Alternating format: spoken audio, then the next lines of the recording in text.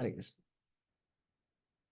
हे जगन्नाथ बलदेव सुभद्रा माई की जय, निताई चैतन्य की जय, परशुराम भगवान की जय, वामन देव की जय। ओम अज्ञानतिमिरान्धस्य ज्ञानाञ्जनशलाकया चक्षुरुन्मीलितं येन तस्मै श्रीगुरवे नमः। नमो ओम विष्णुपादाय कृष्णपृष्ठाय भूतले श्रीमते भक्तिवेदान्त स्वामिनिति नामिने। नमस्ते सरस्वते देवे गौरवाणी प्रचारिणे निर्विशेष शून्यवादी पाश्चात्य देशतारिणे। जय श्री कृष्ण चैतन्य प्रभु नित्यानंद श्री अद्वैत गदाधारा श्रीवासादि गौर भक्तवृंदा। हरे कृष्णा कृष्णा कृष्णा हरे हरे, हरे राम राम राम हरे हरे। हरे कृष्ణ. మనం 11వ అధ్యాయంలోని రెండో శ్లోకం చెప్పుకోబోతున్నాము.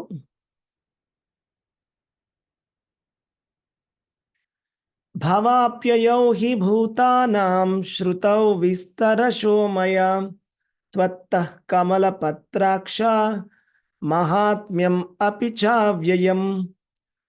ఓ కమలపత్రాక్ష, సర్వజీవుల జనన మరణములను గూర్చి వివరముగా నీ నుండి నేను శ్రవణము చేసి తిని, మరియు అక్షరములైన నీ మహాత్మ్యమును కూడా గుర్తించిని. ఇక్కడ అర్జునుడు శ్రీకృష్ణ భగవానుడితోటి తాను దశమ అధ్యాయములో వినినటువంటి భగవంతుడి యొక్క విభూతులని గురించి చెప్తూ భగవంతుడి యొక్క తత్వాన్ని అర్థం చేసుకున్నాడు అర్జునుడు. భగవత్ తత్వాన్ని అర్థం చేసుకొని ఆయన ఏం చెప్తున్నాడంటే, కృష్ణ భగవానుడి యొక్క తత్వం అంటే కృష్ణ భగవానుడి యొక్క విభూతుల గురించి అర్జునుడు చాలా చక్కగా అర్థం చేసుకున్నాడు. అలాగే అందుకని ఏం చెప్తున్నా అంటే, ఇక్కడ త్వత్తః కమలపత్రాక్ష మహాత్మ్యం అపిచ అవ్యయం అని చెప్పబడింది. అంటే ఓ స్వామి, కమలపత్రాక్ష అంటే కమల నేత్రాలు ఉన్నటువంటి స్వామి.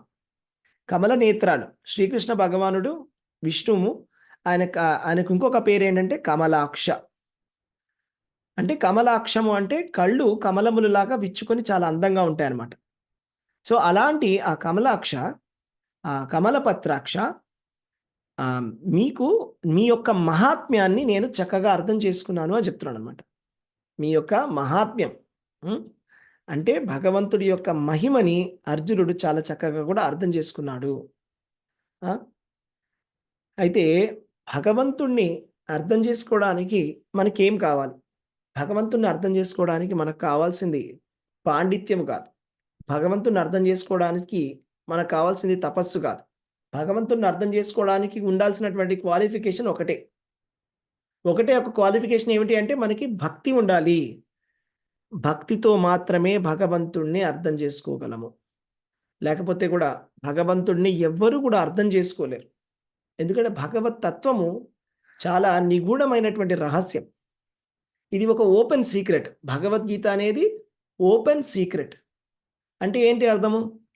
భగవద్గీత అందరి దగ్గర ఉంది, అందరు చదువుతారు, కానీ భగవద్గీతను మనం అర్థం చేసుకోలేకపోతాం. ఎలాగంటే, ఇప్పుడు మనం ఏబిసిడీలు నేర్చుకున్నాం అనుకోండి. ఏబిసిడీలు నేర్చుకున్నంత మాత్రాన మనకి మ్యాథమెటిక్స్ కానీ ఫిజిక్స్ కానీ అర్థం కాదు.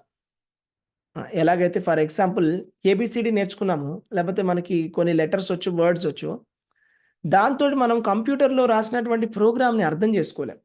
ఎందుకంటే కంప్యూటర్ ప్రోగ్రాంలో కూడా నంబర్స్ ఉంటాయి. Int, A, B, C, semicolon, for, if, else అలా ఉంటుంది. చిన్నపిల్లలకు కూడా అర్థమవుతుంది ఇఫ్, ఎల్స్ అంటే ఏంటని, కానీ వాళ్ళ కంప్యూటర్ ప్రోగ్రామ్ అర్థం కాదు. అలాగే కేవలం మనం సంస్కృతం నేర్చుకోవడం వల్లనో, లేకపోతే మనం భాషా ప్రావీణ్యం వల్ల కానీ, లేకపోతే తర్కశాస్త్రం వల్ల కూడా మనం భగవంతుని అర్థం చేసుకోలేం. భగవంతుడు తర్కానికి అతీతుడు. భగవంతుడు వేదాలలో అన్నింటిలో కూడా వేదాలన్నింటిలో కూడా పొగడబడినటువంటి భగవంతుడు శ్రీకృష్ణ భగవానుడు. అందుకనే శ్రీకృష్ణుడు వేదైశ్చ సర్వై అహం ఏవ వేద్యో అని చెప్పబడింది అనమాట. వేదైశ్చ సర్వో అహమేవ వేద్యో అంటే ఏంటి అర్థం? వేదాలన్నీ కూడా ఉన్నవి ఎందుకు అంటే భగవంతుణ్ణి తెలుసుకోవడానికి.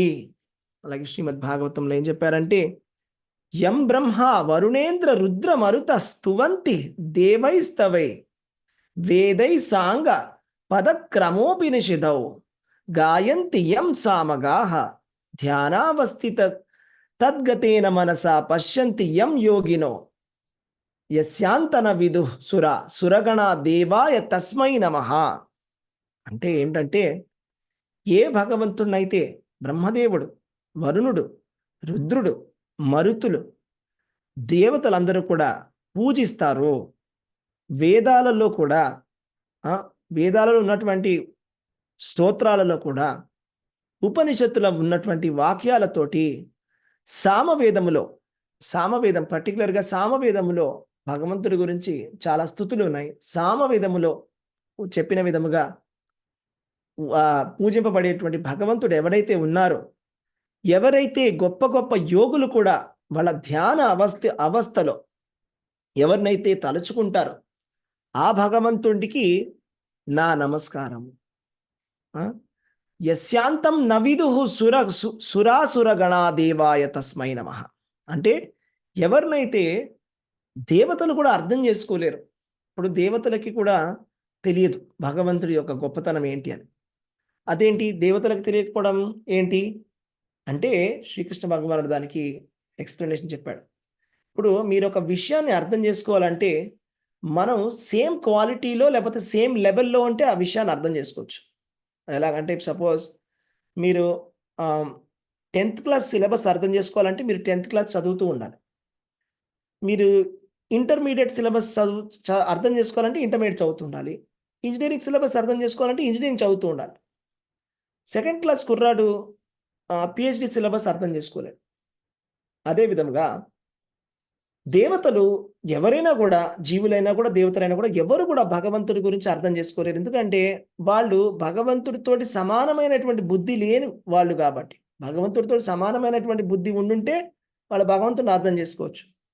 అసలు చెప్పాలంటే భగవంతుడి యొక్క గొప్పతనం ఏంటో భగవంతుడికే తెలియదని చెప్పబడింది భాగవతంలో. ఎందుకు అంటే, ఆయన గొప్పతనం ఏంటో ఆయనకి తెలిసే లోపల ఆయన విస్తరిస్తూ ఉంటాడు. ఇంకా ఆ విస్తరించినటువంటి కొత్త విస్తారం ఆయనకి తెలియదు. కాబట్టి భగవంతుడికే భగవంతుడి యొక్క గొప్పతనం తెలియదు. భగవంతుడే భగవంతుడిని చూసుకొని ఆశ్చర్యపోతుంటాడు.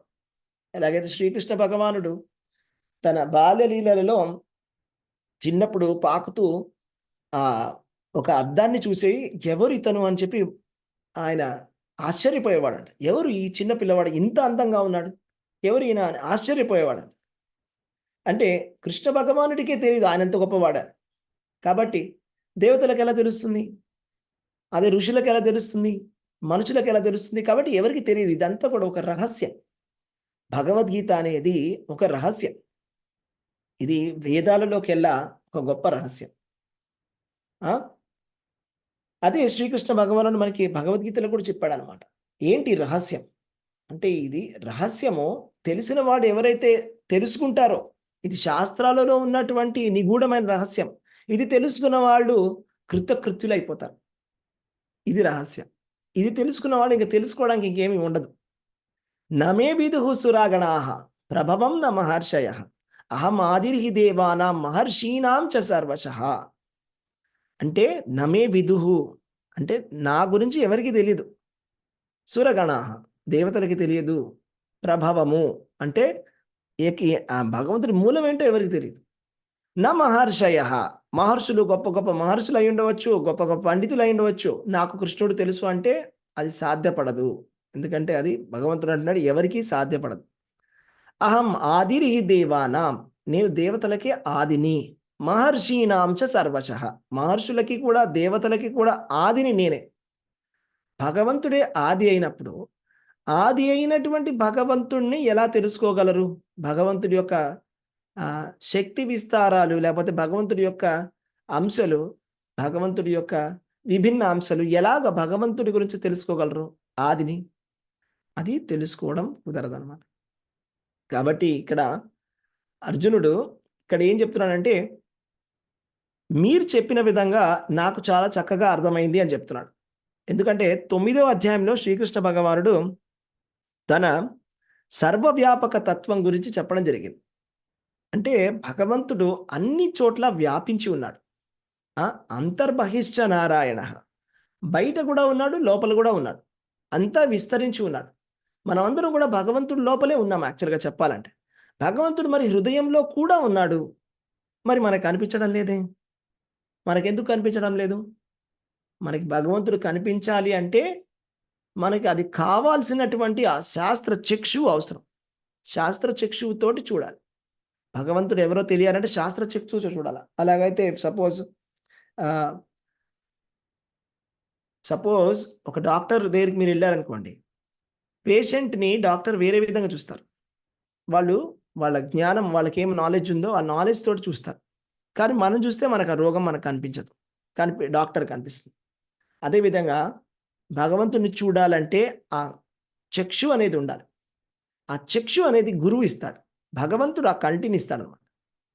ఆ ప్రేమతోటి, భక్తితో మాత్రమే మనం భగవంతుడిని చూడగలం. ఈ 11వ అధ్యాయం ఏంటి? విశ్వరూప సందర్శన యోగం.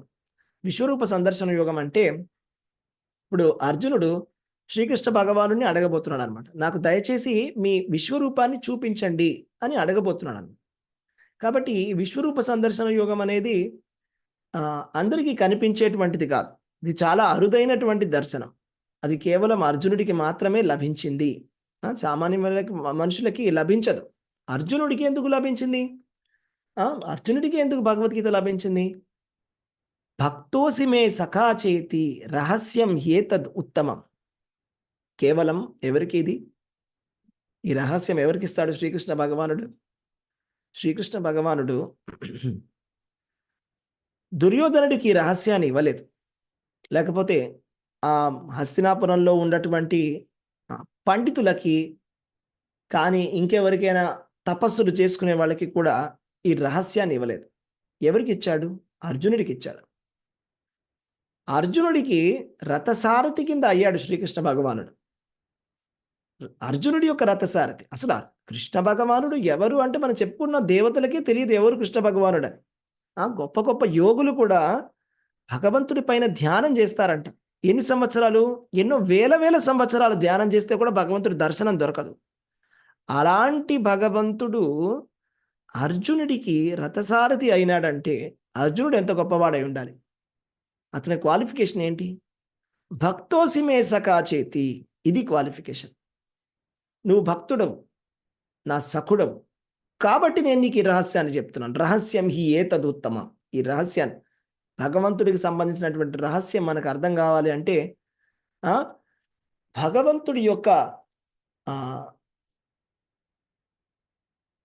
అనుగ్రహం అనేది మనకి ఉండాలి. భగవంతుడి యొక్క అనుగ్రహం అనేది మనకి లేకపోతే మనం భగవంతుడిని అర్థం చేసుకోలేము. భగవంతుడి యొక్క అనుగ్రహం ఉంటేనే మనం భగవంతుడి గురించి కొంతవరకు అర్థం చేసుకోగలం. పూర్తిగా అర్థం చేసుకోవడం అనేది అసంభవం. అంటే భగవంతుడు ఎంత గొప్పవాడు అంటే అనంతశేషుడు ఎన్నో నాలుకలతోటి, ఎన్నో ముఖములతోటి సహస్రము అనంతమైనటువంటి తన తలలతోటి ఆయన కీర్తిస్తున్నాడు అనంతకాలముగా. అసలు స్టార్టింగ్ ఎప్పుడు స్టార్ట్ చేశారో కూడా తెలియదు. అలాగా అనంతశేషుడు కీర్తిస్తున్నాడు. కానీ అయినా కూడా భగవంతుడి యొక్క మహాత్మ్యం అనేది ఇంకా కంప్లీట్ అవ్వలేదు. అది భగవంతుడి యొక్క గొప్పతనం. సో మనం భగవంతుడి గురించి తెలుసుకోవాలంటే భగవంతుడి నుంచే వినాలి. భగవంతుడి దగ్గర వినాలి. భగవంతుడు చెప్పినటువంటి ఆయన చెప్పినప్పుడు ఆయన దగ్గర వినగలగాలి. మనం సొంతంగా మనం ఆలోచించకూడదు ఎప్పుడైనా. భగవంతుడు ఇలాగా అలాగా అని. మనకొచ్చినటువంటి ప్రాబ్లం ఏంటంటే మనము మన తెలివితేటలతోటి భగవంతుడిని అర్థం చేసుకోవడానికి ట్రై చేస్తాము. మొదటి విషయము. రెండో విషయము, భగవంతుడు చెప్పింది మనం వినడానికి రెడీగా లేం. భగవంతుడు తన గురించి తానేం చెప్తున్నాడో అది మనం వినాలి. అది చాలా ఇంపార్టెంట్. మనమే కాదు, దేవతలు కూడా వినాలి, ఋషులు కూడా వినాలి. అప్పుడే వాళ్ళకి అర్థమవుతుంది. లేకపోతే వాళ్ళకు కూడా అర్థం కాదు. సో భగవంతుడు చెప్పినప్పుడు మనం చాలా చక్కగా వినాలి. అందుకనే కృష్ణ భగవానుడు అంటారనమాట, యథా జ్ఞాస్యసి తత్ శృణు అని. ఫస్ట్ విను అని. వినడం అనేది చాలా ఇంపార్టెంట్. శ్రవణం. కానీ వినడం కూడా ఎలా వినాలి? అర్థం చేసుకోవడానికి వినాలి. మనం అడిగేటువంటి ప్రశ్న కూడా ఎలాగ ఉండాలంటే మన భక్తిని ఇంప్రూవ్ చేసే విధంగా ఉండాలి. అడిగే ప్రశ్న కూడా మనకి ఎట్లా ఉండాలంటే మనం ఇంకా భక్తిలో ఒక మెట్టు ఎదిగేలాగా, ఇంకా భగవంతుడి తత్వం ఇంకా బాగా అర్థమయ్యేలాంటి అలాంటి ప్రశ్నలని మనం అడగాలి. అది కూడా ఛాలెంజింగ్‌గా మనం అడగకూడదు ఎప్పుడైనా కూడా. తత్విద్ధి ప్రణిపాతేన పరిప్రశ్నేన సేవయా. ఆ విధముగా. అంటే చాలా హంబుల్‌గా మనం, ఎందుకంటే మనం భగవంతుడిని ప్రశ్నిస్తున్నాం. భగవంతుడి గురించి అడుగుతున్నాం కాబట్టి మనం చాలా హంబుల్‌గా అడగాలి. కాబట్టి మన ప్రీ కన్సీవ్డ్ నోషన్స్ ఏమైతే ఉన్నాయో, లేకపోతే మనం భౌతికంగా ఆహ్, మన మైండ్‌లో ఉండేటువంటి ఆలోచనలన్నీ కూడా ఇక్కడికి తీసుకొని రాకూడదు. ఆధ్యాత్మికమైనటువంటి సబ్జెక్టులు తీసుకురాకూడదు. ఎస్పెషల్లీ భగవంతుడి సబ్జెక్టులు మాత్రం ఎప్పుడు తీసుకురాకూడదు కృష్ణుడి సబ్జెక్ట్‌లో. ప్రశ్నలు ఖచ్చితంగా అడగాలి. అథాతో బ్రహ్మ జిజ్ఞాస. భగవంతుడి గురించి జిజ్ఞాస మనం చేయాలి. అప్పుడే మనకి తెలుస్తది. భగవంతుడి గురించి సంబంధించినమైనటువంటి క్వెషన్స్ అన్నీ మంచి క్వెషన్‌లు. అదే కదా మనకు చెప్తారు కదా సంప్రశ్న. సంప్రశ్న అంటే చాలా మంచి మంచి ప్రశ్నలు ఇవన్నీ గూడా. అయితే భగవంతుడి గురించి మనం అర్థం చేసుకోవడానికి చక్కగా ప్రయత్నం చేయాలి. నిజంగా అసలు భగవంతుడి పొజిషన్ ఏమిటి అనేది మనకు అర్థం కావాలి. భగవంతుడి పొజిషన్ ఏమిటి? అసమూర్ధ్వ. అసమూర్ధ్వ అంటే ఆయనకి సమానుడు గాని, ఆయన మించిన వాడు గాని ఎవరు లేరు. ఆ! ఆహ్, ఆయనకి సమానుడు ఎవరు లేరు. ఆయన్ని మించినటువంటి వాళ్ళు కూడా ఎవరు లేరు. తం ఈశ్వరాణం పరమం మహేశ్వరం అని మనకి ఉపనిషత్ వాక్యం చెప్తున్నది. అంటే ఈశ్వరుల్లోకెల్లా పరమేశ్వరుడు దేవాది దేవుడు అని చెప్పబడిందనమాట. సో, ఈ విధంగా మనం భగవంతుడిని తత్వతః తెలుసుకోవాలి. ఏవం యో వేత్తి తత్వతః. కృష్ణుడు కూడా ఏం చెప్తున్నాడంటే, భగవంతుడిని మనము కృష్ణుడిని తత్వతః తెలుసుకోవడానికి ప్రయత్నం చేయాలి. అది కూడా ఏ విధంగా తెలుసుకోవాలి? కృష్ణుడి నుంచైనా మీరు వినాలి. లేకపోతే కృష్ణుడి నుంచి వచ్చినటువంటి ప్రామాణికమైనటువంటి గురు పరంపరలోనే వినాలి.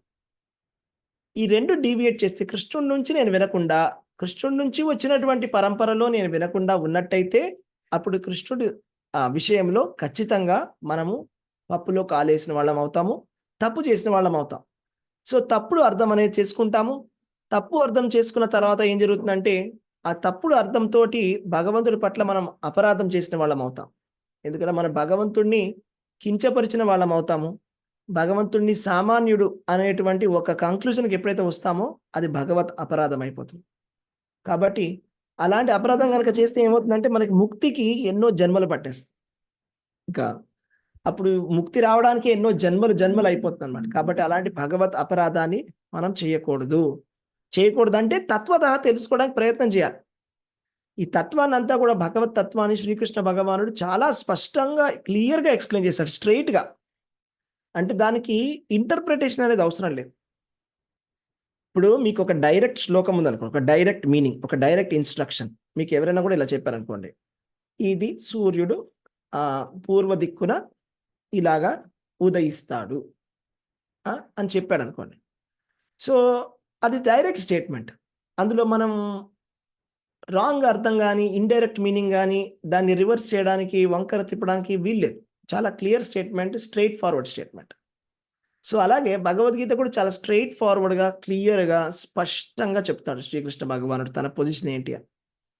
సో, దాన్ని మనం జస్టు కరెక్ట్‌గా వినాలి. అర్జునుడి మూడ్‌లో వినాలి. అర్జునుడి మూడ్‌లో వినకుండా, మనం అర్జునుడి భావనలో వినకుండా, మనం ఒక పాండిత్యంతోటి, లేకపోతే భగవంతుడిని మనం సామాన్యుడి కింద కించపరచాలి అనేటువంటి ఒక ఉద్దేశంతోటి విన్నట్టయితే, అది ఆసురికమైనటువంటి ప్రవృత్తి అవుతుందనమాట. అంటే అసురులు ఆ విధంగా చేయడానికి ప్రయత్నం చేస్తారు. ఎందుకంటే వాళ్ళు భగవంతుడిని అసూయ పడతారు. అసూయ వల్ల వాళ్ళు ఏం చేస్తారంటే భగవంతుడి యొక్క పొజిషన్‌ని దించడానికి ప్రయత్నం చేస్తారు. ఆ విధంగా మనం చేయకూడదు. ఆ విధంగా చేసినట్టయితే మనకి భగవంతుడు ఈ జన్మకి కాదు, ఏ జన్మకి అర్థం కాడు. మరి భగవంతుడు అర్థం కాకపోతే మనకి ముక్తి ఎలా వస్తుంది? ఆ! భగవంతుడు ఎవరో అర్థం చేసుకోవాలి. అప్పుడే మనకి ముక్తి అనేది వస్తుంది. జన్మ కర్మ చ మే దివ్యం ఏవం యో వేతి తత్వతః. తత్వతః తెలుసుకున్నప్పుడే మనకి భగవంతుడి యొక్క జన్మ గురించి, కర్మల గురించి మనకి ముక్తి అనేది వస్తుంది. త్యక్త్వా దేహం పునర్జన్మ నైతి. అంటే ఈ శరీరం విడిచిపెట్టిన తర్వాత మళ్ళా మనకి పునర్జన్మ వద్దు అంటే ముకుందుడి గురించి తెలుసుకోవాలి. ఆ! ఆయన యొక్క లీలల గురించి, ఆయన యొక్క జన్మ రహస్యం గురించి, ఆయన యొక్క కర్మ రహస్యం గురించి మనం తెలుసుకోవాలి. శ్రీకృష్ణ భగవానుడు పుట్టినప్పుడు ఏ విధంగా పుట్టాడు? సామాన్యమైన జీవుడిలా పుట్టాడా? ఆయన పుట్టినప్పుడంట చాలా అందమైనటువంటి కిరీటం, ఆ! కిరీట కుండలములో ఒక శ్రీవత్సం, ఇంకా వైడూర్యం, కౌస్తుభ మణి ఇలా చతుర్భుజములతోటి చాలా అందముగా ఆ భగవంతుడు పుట్టడం జరిగింది. సో, ఆ విధంగా ఎవరు మనుషులు పుట్టరు. ఎవరు కూడా సో, అది చూసే మనం తెలుసుకోవాలన్నమాట. భగవంతుడి యొక్క జన్మ యొక్క రహస్యాన్ని మనం అర్థం చేసుకోవడానికి ప్రయత్నం చేయాలి. భగవంతుడి యొక్క పుట్టుక మన పుట్టుక లాంటిది కాదు. ఎందుకంటే భగవంతుడికి ఇంకొక పేరుంది అజహ. అజహ అంటే పుట్టుక లేనటువంటి వాడు. పుట్టుక లేనటువంటి వాడు పుట్టాడు. అంటే దాని అర్థం ఏంటంటే ఆయనే స్వయంగా వచ్చాడు అని. అంటే ఒక పని మీద వచ్చాడు. ఏంటా పని? పరిత్రాణాయ సాధూనాం వినాశాయ దుష్కృతాం అని ఒక పని మీద ఆయనే వచ్చాడు. అంతేగాని అది పుట్టుక కాదు. ఇప్పుడు మన నరసింహస్వామి లీలల గురించి చెప్పుకుంటున్నాం. నరసింహస్వామి పుట్టలేదు, ఆవిర్భవించాడు. నరసింహస్వామి ఎక్కడి నుంచి వచ్చాడు? నరసింహస్వామి ఒక పిల్లర్ నుంచి వచ్చాడు, స్తంభం నుంచి వచ్చాడు. మరి స్తంభం నుంచి వచ్చాడు, ఆయన ఎక్కడి నుంచైనా రాగలడు. ఆయన తల్లిదండ్రుల్ని ఎంచుకొని ఆయన భక్తులకి ఆ వాత్సల్య రసాన్ని ఇవ్వడానికి వాళ్ళు అలాంటి చాలా తపస్సు భక్తి చేసినటువంటి శుద్ధ భక్తులను ఎంచుకొని వాళ్ళని తల్లిదండ్రుల కింద ఎంచుకొని ఆయన వస్తాడు, ఆవిర్భవిస్తాడు. కాబట్టి అది ఆయన జన్మ, భగవంతుడి యొక్క జన్మ. ఈ విధంగా మనం భగవంతుడిని అర్థం చేసుకోవాలి. అప్పుడు మనకి భగవంతుడు ఎవరు అని కొంతవరకు మనకి అర్థమవుతుంది. ఓకే, సో ఇది ఇవాల్టి ఈ శ్లోకము భగవద్గీత 11.2. హరే కృష్ణ. ఎవరికైనా ఏమైనా ప్రశ్నలు ఏమైనా ఉంటే అడగవచ్చు. హరే కృష్ణ. మ్యూట్లో ఉన్నారు అందరూ. ఎస్, అన్మ్యూట్ చేసుకోవచ్చు మీరు. హరే కృష్ణ. హరే కృష్ణ ప్రభుజీ. ప్రభుజీ, భగవంతుని యొక్క కీర్తి అన్న గొప్పతనం ఎంత అద్భుతంగా చెప్పారు ప్రభుజీ. ఆయన కేవలము మనము జ్ఞాన చక్షులు ఉంటే, ఆ జ్ఞాన చక్షులు అనే భక్తి కలిగి ఉంటేనే ఆయనకి పూర్తిగా అర్థం చేసుకోగలము. అసలు ఇది నిజంగా మీరు చెప్పినట్టుగా ప్రభుజీ ఓపెన్ సీక్రెట్ నాలెడ్జ్, ఇది ఓపెన్ గానే ఉంటది, అందరూ చూస్తూనే ఉంటారు. కానీ దానిలో ఉన్న ఆంతర్యం ఏంటో, దానిలో ఏం తత్వం చెప్పారు ఏంటనేది ఎవరు అర్థం చేసుకునే ప్రయత్నం చేయరు. కేవలం భక్తులు మాత్రమే ఇది అర్థం చేసుకుని పూర్తిగా దాన్ని ఫాలో అవ్వగలరు. ఆ భగవంతుడు చెప్పినట్టుగా ప్రభుజీ మూఢులకి ఇది అర్థం కాదు. కేవలము ఎవరైతే భక్తిని కలిగి ఉంటారో వాళ్ళు దీన్ని ఖచ్చితంగా అర్థం చేసుకోగలరు, ఆ మార్గంలో కనుక వస్తేనే. అసలు ప్రభుజీ చాలా అద్భుతంగా ఉంది ప్రభుజీ. నిజంగా అసమర్థుడు అంటే ఇక అసలు ఆయన మించి ఇంకా ఒకళ్ళు లేరుగా, ఆయనే అల్టిమేట్ అంటే ఇక భగవంతుడే, కృష్ణ భగవానుడే అని అసలు ఆయన విభూతులు అద్భుతం ప్రభుజీ. చాలా బాగుంది ప్రభుజీ. హరే కృష్ణ. హరే కృష్ణ. హరే కృష్ణ మాతాజీ, ధన్యవాదాలు. Thank you very much. Hare Krishna Prabhuji. Hare Krishna. Okay.